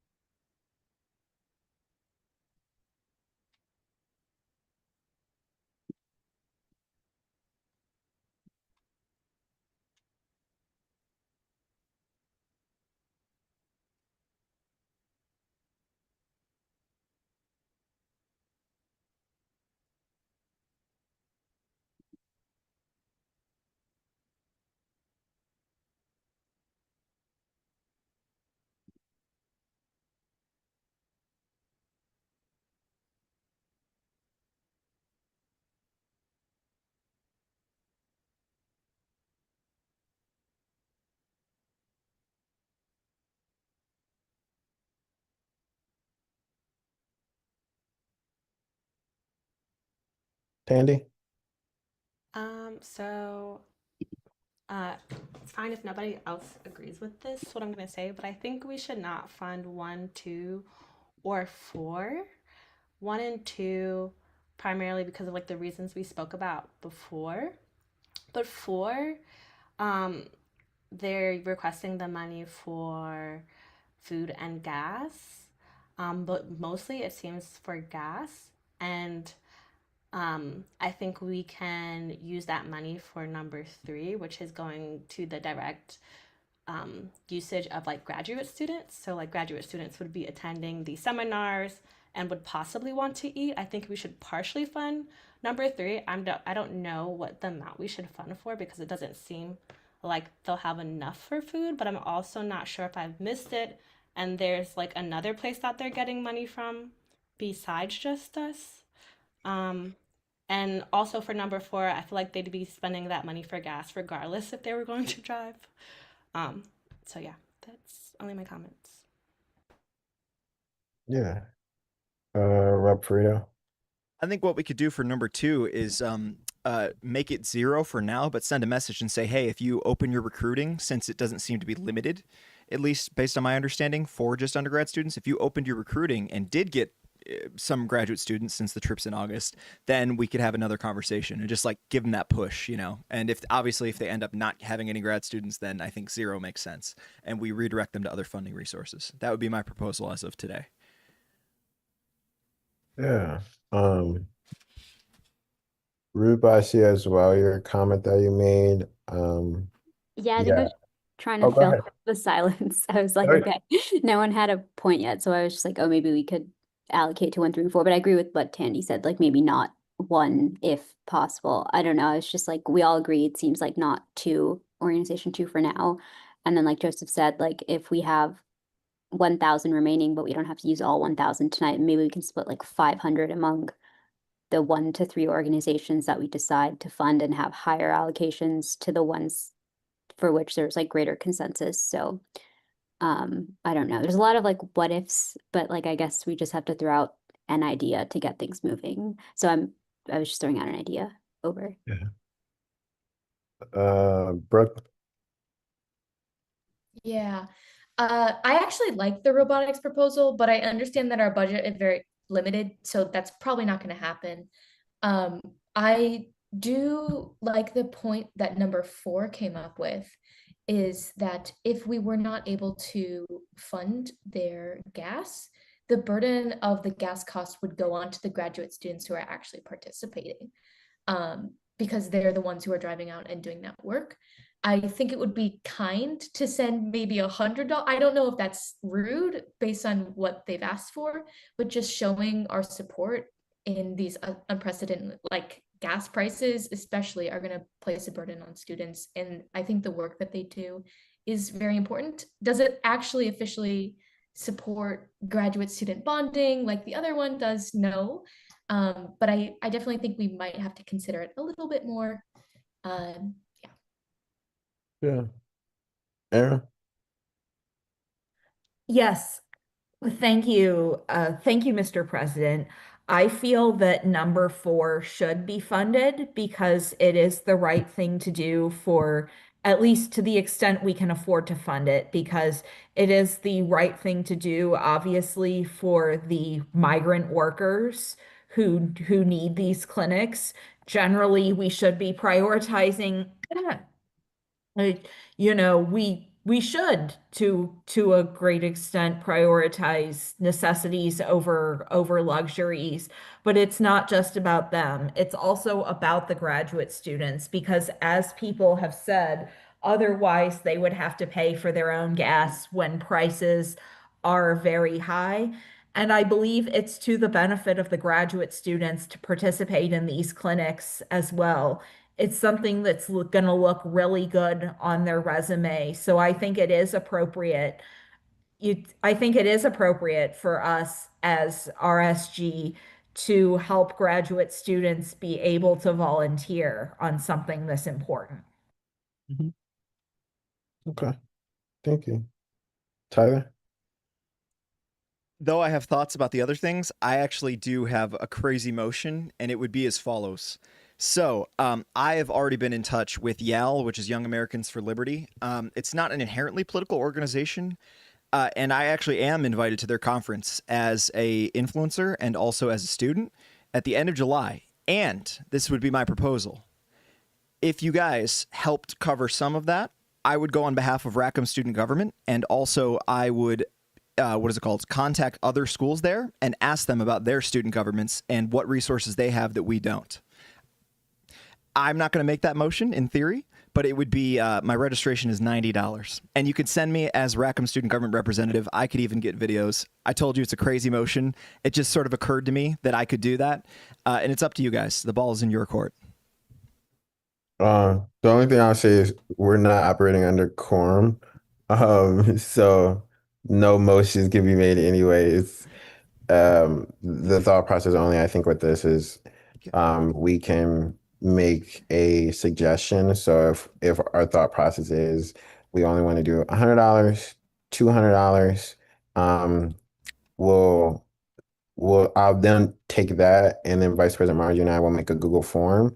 We'll send that out to the full board, and everyone will need to vote yes or no to what we recommended here. But this isn't binding because we don't have quorum. I will but I make an unofficial motion then, which would be to add this, and not only that, but I actually do have a spot open if anyone else wanted to go July 28th through 30th. There's going to be at least like a few thousand students there from all across the country, and it would be a great way to increase our rep and connections if somebody's interested. If not, send me on my mission. Godspeed. I have a question. Feel free. It's a crazy motion. Oh well, maybe switching gears. I was gonna ask if we know how many applications we normally get in July for funding, because with 1,000 left, both number 3 and number 4 are kind of asking for equivalent amounts. Both are asking for around $2,000 or $2,200. So if we were to fund the migrant farm worker outreach clinic, like how much would we fund? And then the Graduate Economic Society, how much would we fund? And then considering the prices of gas and how much that is, $100 I don't think will go far for graduate students that are carpooling. It might go far for one car. And so with that in mind, I do agree that this is like a great important need, but I think one of the beautiful things about volunteering is this, like, opportunity to kind of sacrifice your time and your effort to do something for someone else, right? Knowing that you might not have any benefit. And so while I do think that is a great effort, and it is the right thing for these graduate students to do, and volunteering is an incredible feat, I'm just kind of curious about kind of like, would the motion be better to not fund the Economic Society and the FORB, considering we don't know how many applications we might get in July? And would it be more pressing needs? Like, I'm not sure if that's also the right path to take, but I'm just curious, like, we only have $1,000 left, and it's not enough to fund either of these organizations. And while one is helping migrant farm workers, the other is directly for graduate students who are attending the summer seminar series these graduate students will be going to those events. So just kind of thinking about, like, how much would we fund? Are we saying that we wouldn't fund three as well, and we would only fund 4? What would really be a sufficient amount for 4? Every car has different mileage, gas needs. And also, like, Michigan is one of those states where, like, anywhere you go outside of Ann Arbor, if you're going to Ypsilanti, that could take you like 40 minutes. So I'm not sure. I mean, I understand the sentiment, but it isn't directly for graduate students, and graduate students are contributing to kind of the money that we're able to use to help graduate students. Yeah. So is that like a question for our treasurer? Like, Joseph, I don't know if you were here last summer, but like, do you know how many funding applications we like necessarily get in the summer? Just like I was not serving as treasurer last summer, and I don't recall from being a member how many funding requests we received. But It I might think be in the minutes. I if think you just were- maybe a general comment just for the board is just generally for funding requests, like historically, we've been able to move a lot faster through these decisions and these proposals for decisions. And I think just for the sake of everyone's time, I appreciate everyone, providing a lot of thought into this.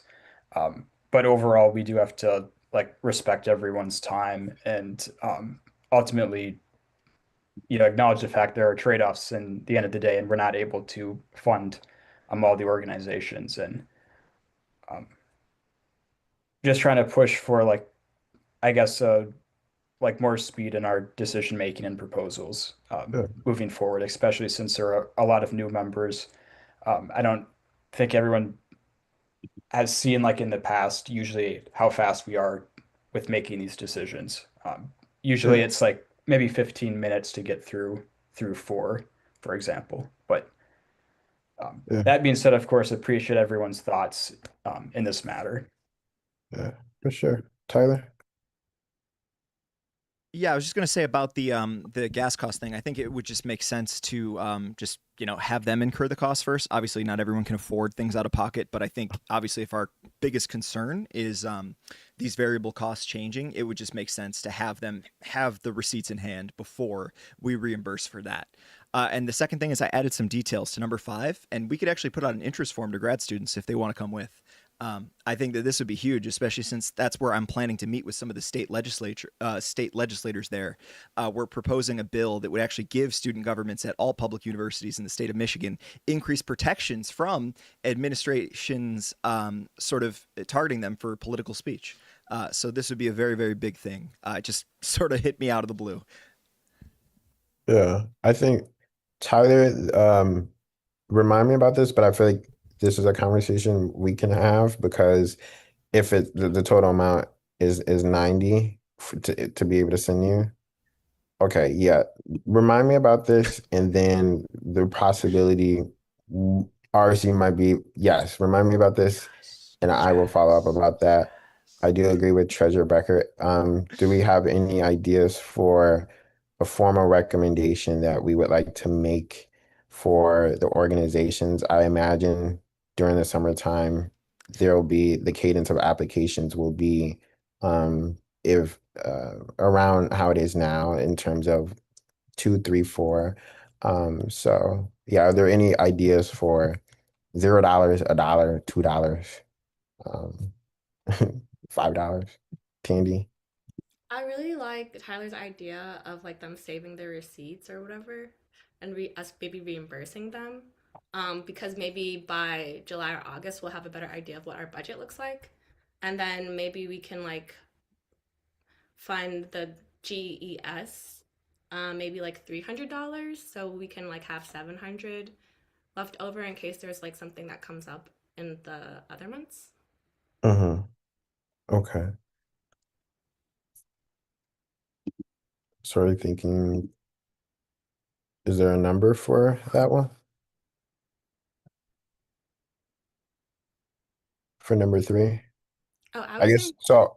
For 1 and 2, are we in agreement for $0? Okay, $0 recommendation. And then what was the number for number 3? I was thinking like 300, but maybe if Okay. anyone thinks a smaller amount, Okay. I'm So I'm sorry to interrupt, but from reading their proposal, they say food is going to be on order of $12 a person, and they estimate about 80 people for each event. And $300 would only cover 25 attendees. Their budget is just not adding up, and I'm not sure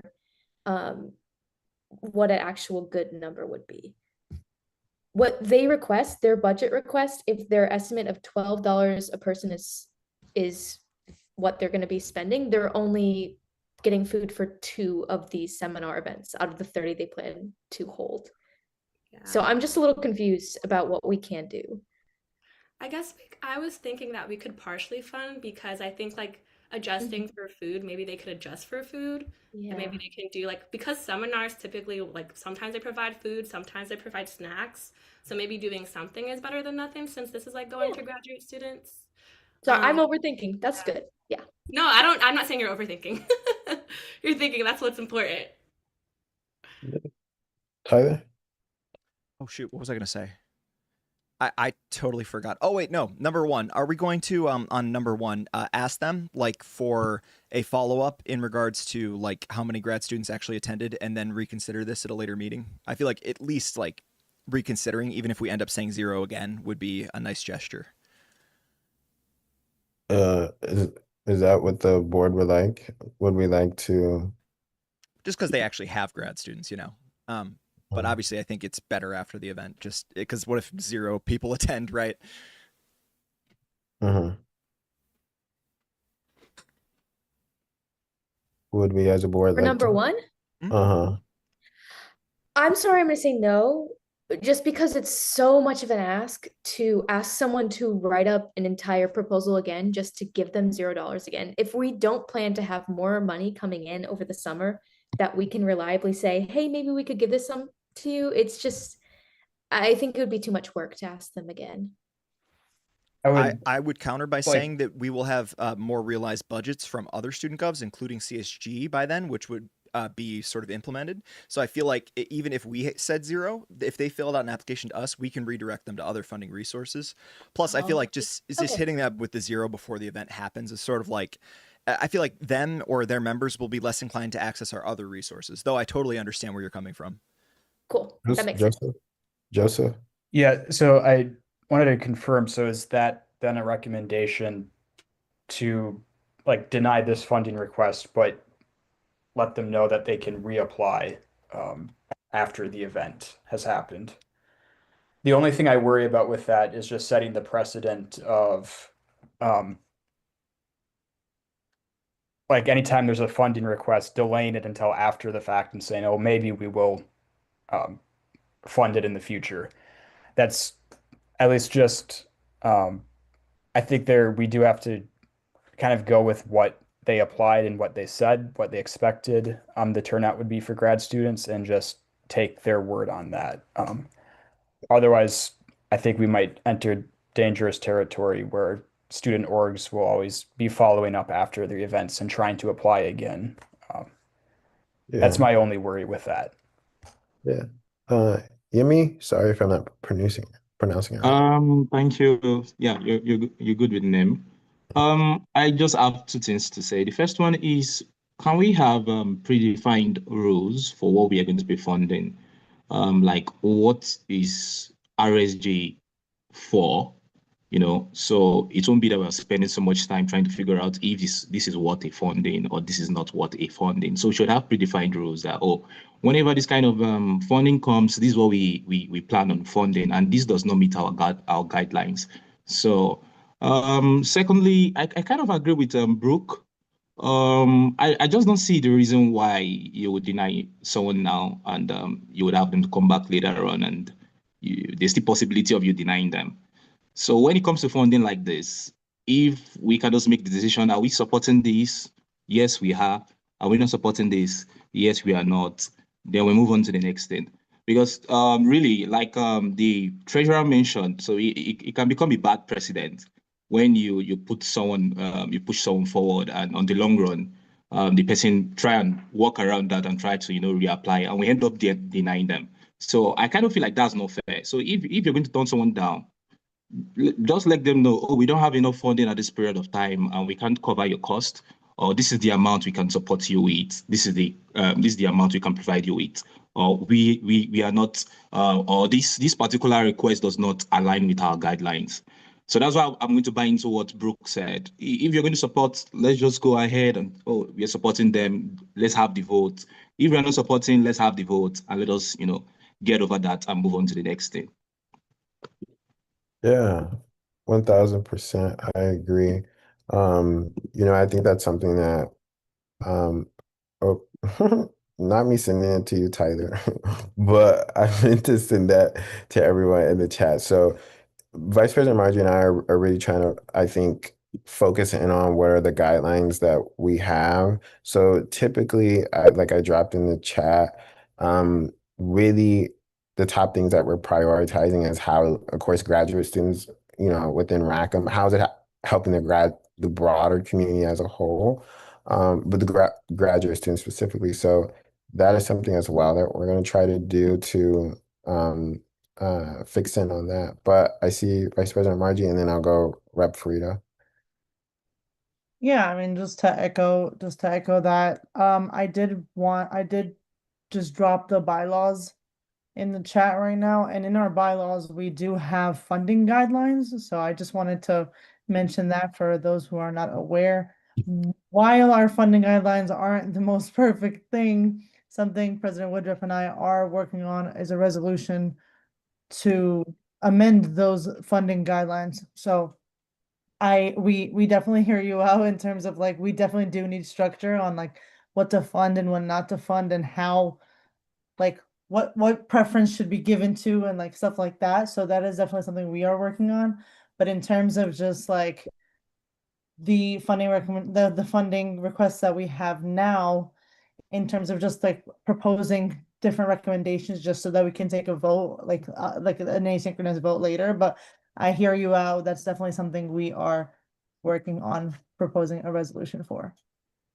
I just wanted to say that, but I did drop the bylaws in the chat in case you wanted to take a look at like what exactly our funding guidelines are. Tyler? Hear me out. I have a mini speech prepared about this. For one, I would say the first thing that I'm concerned about primarily is the fact that in the actual request, it says 10 to 15 students. Now, that's a big range in terms of grad students. We're talking about 50% at its peak estimation, more grad students, or just 10 grad students. And that's assuming that that range is even accurate in the first place. Not that they are like doing anything malicious. It's just the event is 2 months out. And that brings me to point two. This event would be at the end of July 31st. Even student governments like Rackham, CSG, a lot of them don't even have their budgets estimates more than a month out in terms of our estimated funding. Like CSG operates sort of on a, when we're back in the fall semester, when the drop ed deadlines are finished, that's when we know our budget is. We're talking about an event that is literally over 2 months away. And I feel like it's not to say that they're being inaccurate. I feel like they're just trying to give us an estimate because it's so far in advance that they don't even know how many students are going to attend or how much it's even going to cost. I feel like 500 is very much a telltale sign that they're just kind of guesstimating. Not that there's anything wrong with that. They're trying to inform us of this. It's just from our purposes, especially for funding things, I feel like there's not really an incentive for us to now decide all or nothing. And that brings me to my next point, which is that I second what the vice president said about amending our funding guidelines. I don't think this particular case is very unclear, but I will say that having more specifics is always better, especially for the applicants, since if they have a link to that, now they don't have to guess. And I feel like that could be an issue here where they're just trying to guess and follow our guidelines. And that brings me to my last point, which is that I don't think having these recurring contacts with a student government is a bad thing. Not only is it not a bad thing, I would argue that it's even a good thing. If a organization, even if they don't get funded, knows that we have funding available, and perhaps maybe the first time they don't meet our criteria, they can go forward with our response, especially if we're honest, concise, and cordial with them, and say, look, if you guys did X, Y, and Z, you had more grad students, this specific guideline wasn't met, whatever it is, and we said, if you reapply, whether for this event or a future event, then we would be able to possibly fund you if we have the funds available. I feel like us fostering relationships, even if it ends in a zero, as long as we are being responsive and cordial with the people reaching out to us, I don't see that as a concern at all. And I'll tell you this, I've been doing this for 6 years with LSA Student Gov, with CSG, not to pull rank, but we've had instances like that where there was like a brand new student org, mostly led by underclassmen applies, but we sent them a nice message. And then what do you know? In the future, not only does their org grow exponentially, but they are having complete applications that do almost get fully funded. And that's something that I would love to see blossom here. And for those reasons, that is why my position is what it is. I hope that was a good speech. No, I got you. First, I just want to indicate, because we lost quorum, no one's obligated to stay anymore, so you're free if you I have did to all go. that for nothing. No, no, Okay, no. okay. We're still conversing. So, but what I hear is though that on the Google form that we send out for number one, we can have we can have the board to vote on either doing a $0 recommendation or to deny the funding request and encourage them to reapply after the I know event. I wrote the deny the funding request and Uh-huh. encourage to reapply, but I'm not sure if that there's a like consensus on that option. So I just Yeah. wanted to clarify that Okay. before we Google form. So I just wanted to see if everybody, if that's something Okay. people are willing to propose. Yeah. I was saying there's two options of we can either come to a consensus that we just want to vote on zero recommendation, or do we want to provide an option for the board to either pick $0 or deny the funding? Or are we on the consensus that just $0? Tell them best of luck. um, and we'll work with them, Tandy. I think maybe it might be best since we're like ending the, I guess, summer semester to continue with like maybe what we've been originally doing. And then for the fall semester, maybe kind of go with that. Um, like framework of like encouraging people to apply. I don't know what it is that we say in the email, like when we deny a request, but if that's something that we can include in there, I think that would be like a light, maybe potentially push. But I think just for the sake of kind of um, being able to kind of figure out what our recommendations for all of these, because I feel like we keep kind of like teetering between one and then two and then three and then four and then five and then going back to one and then back to three. So just so for the sake of trying to like, figure out what we're going to put on that Google form so that people can kind of like asynchronously vote would be helpful. Okay. So I feel like I'm hearing $0 for one and two. But yes, Brooke. Yeah. So in response to some of Tyler's comments before, I want to say that the funding and the way that we prioritize funding is publicly available online and I believe linked to them when they applied for funding. And it does say that those with other funding sources are not prioritized. Those with few funding sources, like not this robotics one, are prioritized over everything else. So I think there's not much we can do there. I just wanted to bring that up. But I like the Google form idea, maybe three options: deny and ask them to reapply after, deny and not give them any funding in the future, or like not ask them to reapply again. And then, sorry, I forgot the third option. Fund them. I don't know. Like, just don't fund them at all. What was the third option? Yeah, yeah. Tyler.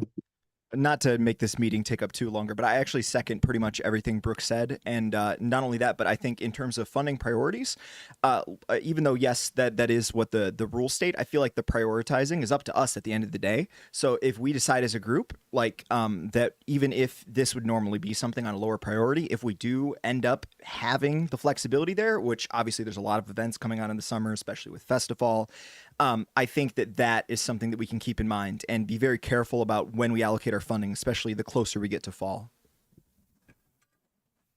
Okay. I hear you. Okay. So I feel like we have options. For one, we'll include on Google Form. Two, are we in the consensus $0?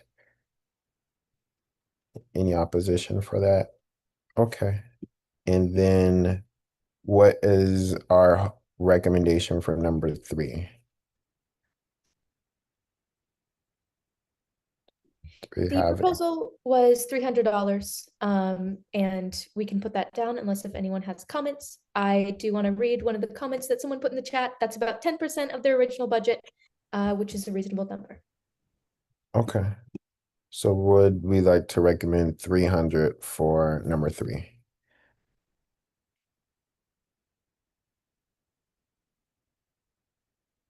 Any opposition? Okay. And then for number four, our recommendation is $100. I would like The to second add, option, if I remember correctly, is to ask them to submit us receipts after the event for the costs that the graduate students have incurred for gas prices. Okay. Are those both Tandy? Could we also add no funding? Okay, no funding. Okay, perfect. Perfect. Awesome. I appreciate you all. I know that was a lot. Unless there are any more comments, we will take this and distribute it on a Google form. I will ask for you all to vote on it. That way, then we're able to provide a recommendation. We'll hopefully try to have the form out by tomorrow morning, just so we can start voting on it as a whole. And yeah, I mean, I appreciate you all. I know this was a lot. This is actually really exciting because I don't know the last time RSD has really gone past 9 o'clock. It is a lot because with being in CSD, it's kind of like but it's exciting because at least, I want to make sure that we're efficient as possible. But I'm happy at least we're having, robust discussion about student orgs and how to support them as a whole. But are there any other last minute comments, questions that we have for student orgs or in general? Because it's not a real meeting, but we're done for it. With that being said, I mean, I appreciate you all. Um, you know, the meeting was adjourned a long time ago, but I think my hope, hopefully, that you all feel is that this can be a very open space where you can communicate your concerns and come to RSG as well.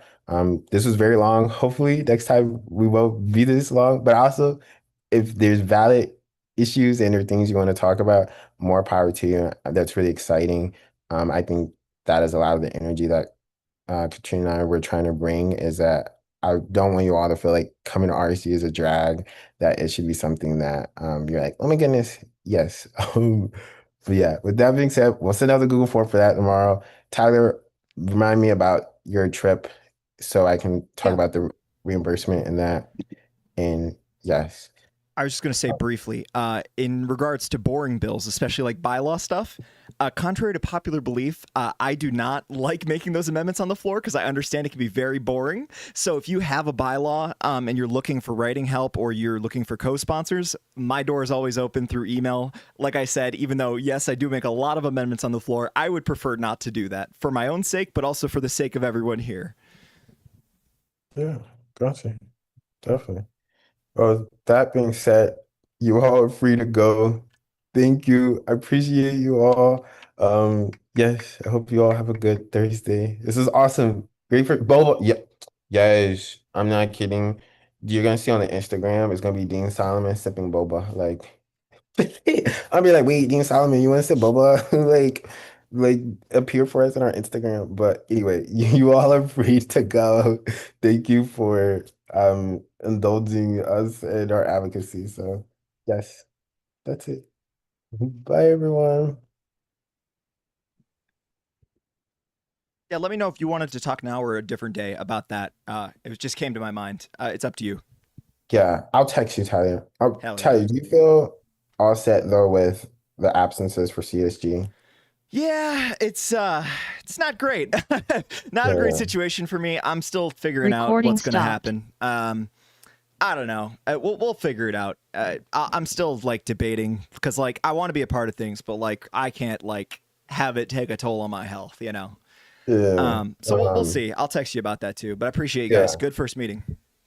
Awesome. Thank you. Just let me know, Tyler. See you, man.